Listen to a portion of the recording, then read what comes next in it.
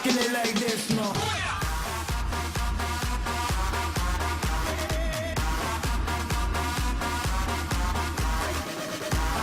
Well, forget Tulowitzki, forget Donaldson, forget Batista. I am with the man who is the star of the game tonight. He is the head groundskeeper, Tom Farrell, joins me right now. How you doing, Tom? Very good. Nice to see morning. you. You have been, first, I want to get your story, first of all, before we talk about this brand new dirt. You have been with the Jays organization since '87. That's correct. I started in '87 when I was in high school. I was 15 years old. In '89, I moved over to the grounds crew. And then in '94, when unfortunately our current head groundskeeper at that time, Brad Bujold, passed away with cancer, they asked me to take over, and I stuck. and here you are right now, and you nervous tonight about the use of this dirt? Yes. Okay. Nervous every opening day, but this year in particular. All right. You know what? Hold on. I'm just going to move that over there. Let's get down. Come on. Let's get down. Let's look at this thing. Are you down with me, Pete? Okay. So this is what everyone's talking about right here. Exactly. So what we have here is we have a couple different products here. So below this top surface, we have our Dura Edge clay.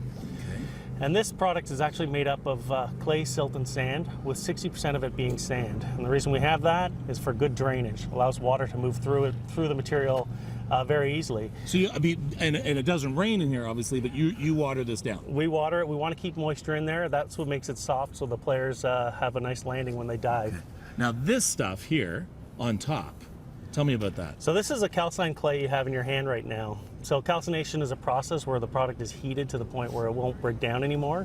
And each of those little granules have micropores that help hold water, retain moisture.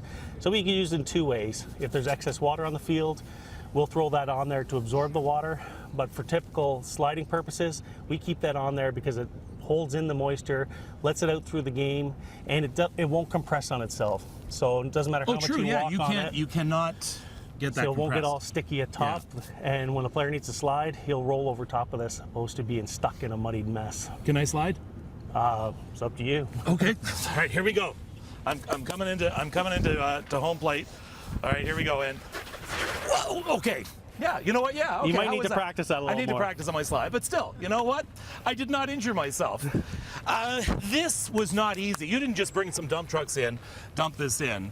This was not easy to do. No, this was a process that started last year. There's a lot of people involved in this, various departments to make this happen. We had to start by ripping out all the concrete. So there's about 12 inches of concrete we removed. We backfilled it with a pea gravel, a sand, and then our final clay product. It took quite a bit of time and long hours and approximately 20 truckloads of clay material to fill this in. Now they're doing a lot to prep this for tonight's game especially. There's a crew busy out here.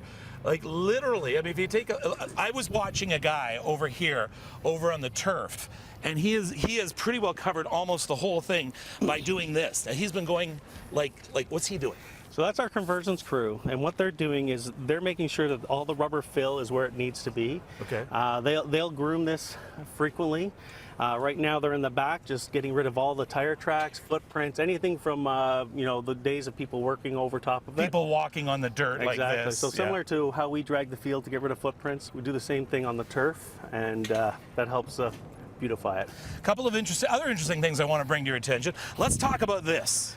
Obviously, this is where third base goes, but tell me a little bit about this. So in baseball, measurement is important. Yeah. So all our bases have to be measured out 90 feet from home plate, 90 feet from each other. And in here, below the ground, we have a steel anchor that has this receptacle that receives the base, because we don't want the anchor or the base to move at all once the game starts. Players are really powerful, so when they come around a base at second, first, we don't want that to shift in any way, shape, or form. We have these fancy plugs that we insert in there, and the reason we do that is when we're starting to drag the field, if you didn't have that, that would disappear. You'd never see it. Now it allows us to find it. Okay. The other really interesting thing is, if you ever get a chance to come out here, out onto the field, and you do this, you go like that, go.